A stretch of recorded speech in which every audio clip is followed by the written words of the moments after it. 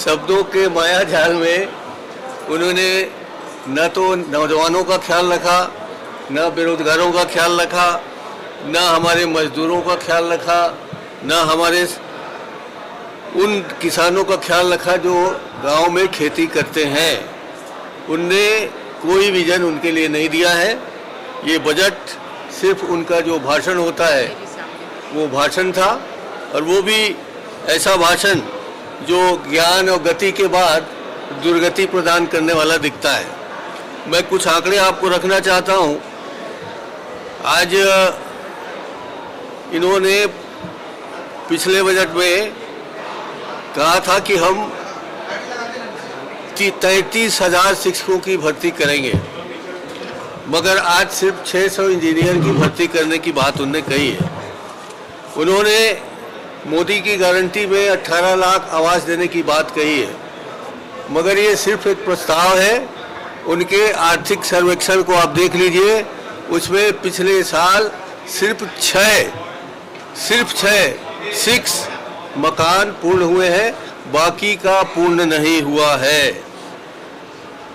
अभी पिछले साल 255 करोड़ का धान पूरी तरीके से सड़ गया है, उसके लिए उन्होंने कोई व्यवस्था नहीं की। और अभी 40 लाख टन, जो 149 टन की बात कर रहे हैं, 40 लाख टन को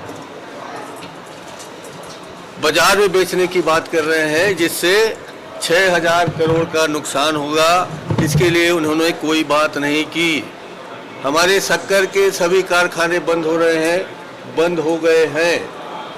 हमारा मक्का का प्रोसेसिंग यूनिट कोंडागांव का बंद हो गया है। उन्होंने पिछले साल कहा था कि 2024-25 में 1,47,500 करोड़ की आय अनुमानित है, मगर आज ही के प्रश्न में उन्होंने कहा है कि मात्र 93,860 करोड़ रुपए मिले हैं। मतलब 63% ही उन्होंने अपनी आय बजट में बताई है। जो इस तरह से सिर्फ 63% की आय जब बजट में आएगा तो हमारे आने वाले समय में क्या होगा। दिव्यांगजनों के आर्थिक उन्नति की बात करती है, मगर पिछले साल एक भी दिव्यांग आदमी को नौकरी नहीं मिली है, ये मैं पूरे दावे के साथ कह सकता हूँ। साल भर में बैकलॉग पूरा नहीं हुआ है। इस वर्ष उन्होंने दुर्ग से रायपुर या रायपुर से दुर्ग मेट्रो की बात कही है, मगर पिछले साल रेल इंफ्रास्ट्रक्चर का जो उन्होंने बात कहा था वो बिल्कुल संभव नहीं हो पाया। बल्कि नए बजट में, जो पिछले बजट में जो उन्होंने घोषणा की थी कि रायपुर से रेल सेवा प्रारंभ करने जा रही है, वो रेल सेवा आज भी प्रारंभ नहीं हुई है। इस तरह से हम देखें, आप देखें, उनका ई पोर्टल कोई काम नहीं कर रहा है, डाटा प्रबंधन बिल्कुल जीरो है।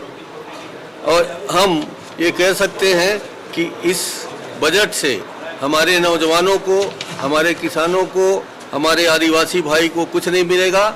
सिर्फ एक लुभावना भाषण है जो उन्होंने बेहतर ढंग से बोलने की प्रैक्टिस करके दी है।